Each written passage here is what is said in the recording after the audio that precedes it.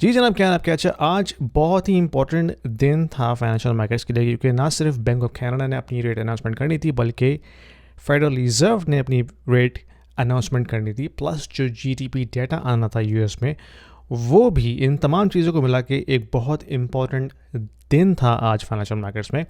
और मैं आपको थोड़ी सी समरीज को बताता हूँ। पहले तो हम बात करते हैं कनाडा की। कनाडा में भाई बैंक ऑफ कनाडा ने जो है रेट पॉज ही रखा है, no hike no cut, pause रखा है। और थोड़ी हद तक मैं इससे डिसएग्री इसलिए करता हूँ क्योंकि कनाडा की जो इकॉनमी है ना, वो काफ़ी ऑलरेडी स्ट्रगल कर रही है। बैंक ऑफ कनाडा ये कह रहा है कि भाई इकॉनमी जो है वो ऑलरेडी बॉटम हिट कर चुकी है, वहाँ से रिकवरी शुरू हो रही है। तो उनके मुताबिक अभी हमने मज़ीद थोड़ी सी डिसइन्फ्लेशनरी प्रूफ्स देखने हैं उससे पहले कि हम रेट कट करें। ये बैंक ऑफ कनाडा के चेयर का स्टेटमेंट था। उनके मुताबिक कनाडा की जो इकॉनमी है वो मज़ीद डिटोरिएट नहीं हो रही, यानी कि we already hit the bottom. अब यहाँ से हम ऊपर की तरफ आ रहे हैं और उनको मज़ीद एविडेंसेस देखने हैं इससे पहले कि वो एक और रेट कट करें। तो ये तो बैंक ऑफ कनाडा के जो चेयर हैं टिफ मैकलम साहब, उन्होंने स्टेटमेंट दी। और मेरे हिसाब से जो कनाडा की जो सिचुएशन है वो काफ़ी डिटोरिएट हो चुकी है ऑलरेडी। अनएम्प्लॉयमेंट ऑलमोस्ट 7 को टच कर रहा है। तो आई थिंक रेट कट होना चाहिए था कि आप इकोनॉमी को थोड़ा सा स्टिमुलेट करें, क्योंकि इन टैरिफ्स की वजह से काफ़ी जो है वो हलचल मच चुकी है ऑटोमोबाइल सेक्टर के अंदर। और फिर जो एल्युमिनियम और स्टील पे टैरिफ लगाए, इससे मज़ीद जो है वो जॉब्स के अंदर तबाही मच रही है। तो I think this should have cut in my opinion. Okay, मैं कौन होता हूँ भाई, मैं तो एक बंदा आम सा इंटरनेट पर बैठ के बातें कर रहा हूँ। दे शुड नो बेटर, लेकिन मेरे हिसाब से होना चाहिए था। खैर, ये तो हुई कनाडा की बात। अब हम आते हैं यूएस के ऊपर। यूएस में आज सुबह जीडीपी डेटा आया जिसने सरप्राइज़ कर दिया सबको। भाई 2.3 में ख्याल में एक्सपेक्टेड था जीडीपी। 3% एनुअलाइज ग्रोथ रिपोर्ट हुई है यूएस में। और उसके बाद ऑफ कोर्स जो चांसेस थे रेट कट के, वो थोड़े बहुत वो भी ख़त्म हो गए। तो ऑफ कोर्स एक नैरेटिव बिल्ड हो चुका था कि भाई फेड नहीं कट करेगा despite all the pressure from Trump. और वही डिसीजन लिया फेड ने आके बताया कि हम रेट पॉज कर रहे हैं। लेकिन इंटरेस्टिंगली जो टोटल 13 गवर्नर्स हैं ना फेडरल रिजर्व के, उनमें से 9 ने कहा नो रेट कट, लेकिन 2 ने उनमें से कहा येस रेट कट। यानी कि 2 फेड गवर्नर्स ऐसे हैं जिन्होंने जो बाकी के जो 9 गवर्नर्स थे उनके अगेंस्ट फैसला दिया, जो कि बहुत रेयर इंसिडेंट है इन द रीसेंट हिस्ट्री। इसका मतलब ये है कि शायद पॉलिटिकली बगावत शुरू हो रही है फेडरल रिजर्व की गवर्नर जो बोर्ड ऑफ गवर्नेंस है उनके दरमियान अगेंस्ट जेरोम पावल। या फिर वो चाह रहे होंगे कि उनको ट्रम्प का आशीर्वाद मिल जाए, ताकि उनमें से वो जो 2 जिन्होंने डिसएग्री किया है शायद उनका चांस बन जाए नेक्स्ट फेड गवर्नर होने का। खैर, दैट्स पॉलिटिकल डिबेट, मैं उसमें नहीं पढ़ना चाहता, लेकिन this is something very rare. तो अब सीन क्या है, जब रेट पॉज का डिसीजन आ गया उसके बाद हमने देखा कि जो यूएस ट्रेजरी की यील्ड है वो जो है स्पाइक हो रही थी शुरू में। जैसी रेट का डिसीजन आया वो नीचे आ गई। लेकिन उसके बाद जब फेडरल रिजर्व के चेयर ने प्रेस कॉन्फ्रेंस शुरू की, तब उन्होंने Q&A को जवाब दिया और डिटेल्स उन्होंने शेयर की। उसके बाद जो ट्रेजरी यील्ड है वो एकदम स्पाइक की है और इस वक्त भी वो ऊपर ही है। तो इसका मतलब क्या है, देखें ट्रेजरी यील्ड क्या बताती है आपको। ट्रेजरी यील्ड बताती है कि भाई फ्यूचर में, नियर फ्यूचर में जो ग्रोथ एंड इन्फ्लेशन एक्सपेक्टेशन है वो क्या है। अगर किसी भी इवेंट के बाद ट्रेजरी यील्ड जो है वो स्पाइक हो रही है, that means the bond market is telling you that there will be some growth and inflation expectation in the near future. Depend करता है कि आप कौन सी ट्रेजरी यील्ड को देख रहे हैं। अगर आप 2 ईयर की ट्रेजरी यील्ड देख रहे हैं तो फेड तो हमेशा 2 ईयर ट्रेजरी यील्ड को फॉलो करता है। तो अगर हम 2 ईयर ट्रेजरी यील्ड का चार्ट देखते भी हैं, लेट्स से हमने 5 ईयर का चार्ट निकाला, तो आप देख सकते हैं कि इट इज़ ऑलमोस्ट फ्लैट। यानी कि हमने पीक टच किया था 2004 में जब 5% पे चली गई थी 2 ईयर ट्रेजरी। उसके बाद से वो थोड़ी सी नीचे आई है और अब 3.9 के आसपास वो होवर कर रही है पिछले ऑलमोस्ट लेट्स से 4 महीने से। दैट मीन्स कि अगर ट्रेजरी यील्ड नीचे नहीं आ रही तो फेडरल रिजर्व को रेट कट करने की ज़रूरत नहीं है, क्योंकि फेड जो है ना वो टिपिकली यूएस ट्रेजरी यील्ड को फॉलो करता है। अगर आपने ये देखना है कि फेड की जो नेक्स्ट मीटिंग में क्या डिसीजन होने वाला है, तो आप यूएस ट्रेजरी यील्ड को ज़रा देखें, आपको काफ़ी हद तक अंदाज़ा हो जाएगा।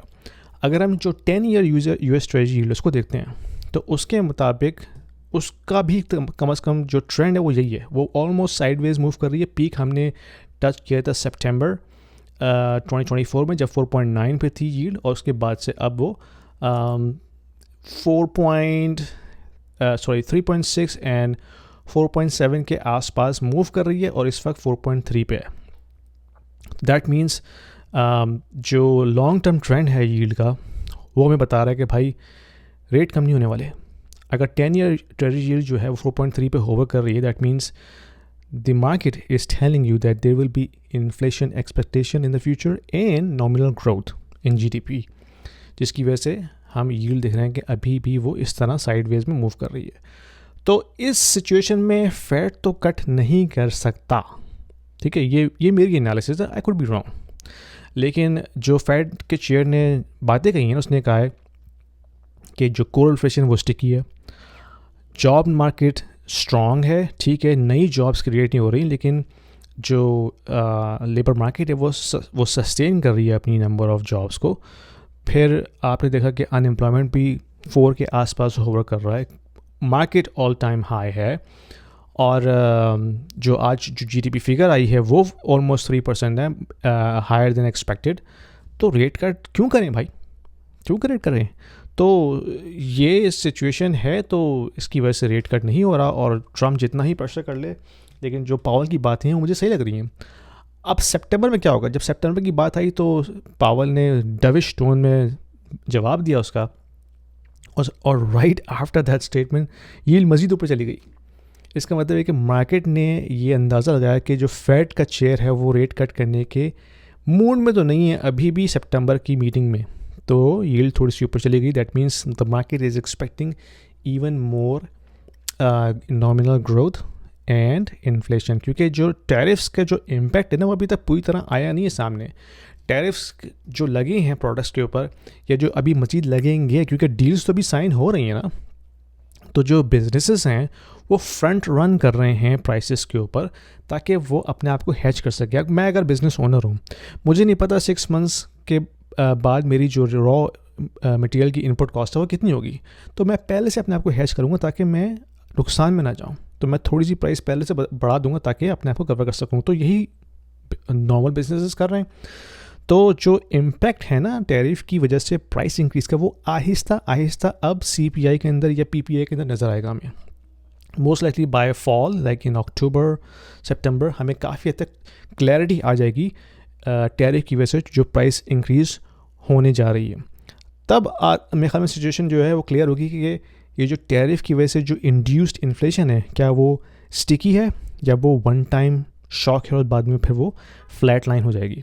I think that will determine the future monetary policy move, कि फिर फेड क्या करता है। अगर रेट कट उन्होंने करने उसके बाद तो शायद करें, मेरा अंदाज़ा ये है कि शायद फॉल के बाद होगा, क्योंकि फॉल के बाद वैसे ही एक्टिविटी थोड़ी सी कम हो जाती है गोइंग इनटू क्रिसमस पीरियड, तो वहाँ पे जाके थोड़ी सी एक्टिविटी स्लो होगी।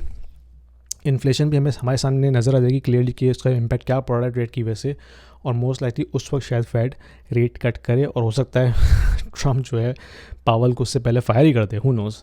तो that is a situation, right. और मार्केट का यह हाल ये है कि भाई जैसी वो फेड के चेयर ने स्टेटमेंट देना शुरू की Q&A के अंदर, तो स्टॉक मार्केट थोड़ी सी डाउन हुई, S&P भी डाउन हुआ, नैस्डैक अभी भी थोड़ा सा ऊपर है, डाउ जोन्स कम हुआ है, यील्ड्स ऊपर चली गई हैं, गोल्ड नीचे आया है, और ऑयल ऊपर गया है। ऑयल ऊपर क्यों गया है, that is something surprising to me, क्योंकि ऑयल इस वक्त काफ़ी ऑलमोस्ट ठीक ठाक ऊपर चले गया। उस पर मैं थोड़ी सी रिसर्च करके दोबारा एक वीडियो बनाऊंगा कि ऑयल के ऊपर गया है। बट एनीवे, आप बताइए कि आपको क्या लगता है, आप किस तरह देख रहे हैं इस मूव को होते हुए, अपने इन्वेस्टमेंट पोर्टफोलियो किस तरह आप प्रोटेक्ट कर रहे हैं। मुझे ज़रा अपने कमेंट्स में डाल के अपनी ओपिनियन का इजहार कीजिए। और let me just check bitcoin ने क्या किया। बिटकॉइन भी नीचे आया है, क्रिप्टो भी नीचे आई है उसके बाद से। तो अगेन इसका मतलब है कि मार्केट प्रिडिक्ट करिए कि मॉनेटरी पॉलिसी अभी ऐसी ही रहेगी at least in the next quarter. सितंबर में शायद जाके चेंजेस हों, but until next time, thank you very much and I will see you in my next video. Sorry for the interruption, guys. Just wanted to let you know that I also offer one-on-one consulting calls to the individuals who are looking to discuss their financial planning, their investment strategies, their kids' education planning, their immigration moves, as well as the young professionals, because I have been in the tech industry for almost 20 years. So I also offer one-on-one consulting calls to the young professionals who are looking to have their career development discussion with me, and also personal branding as well. So if you are looking to have some sort of an expert opinion, there is a Calendly link in the description below. Book a 30 minutes call with me and I will be more than happy to help you out.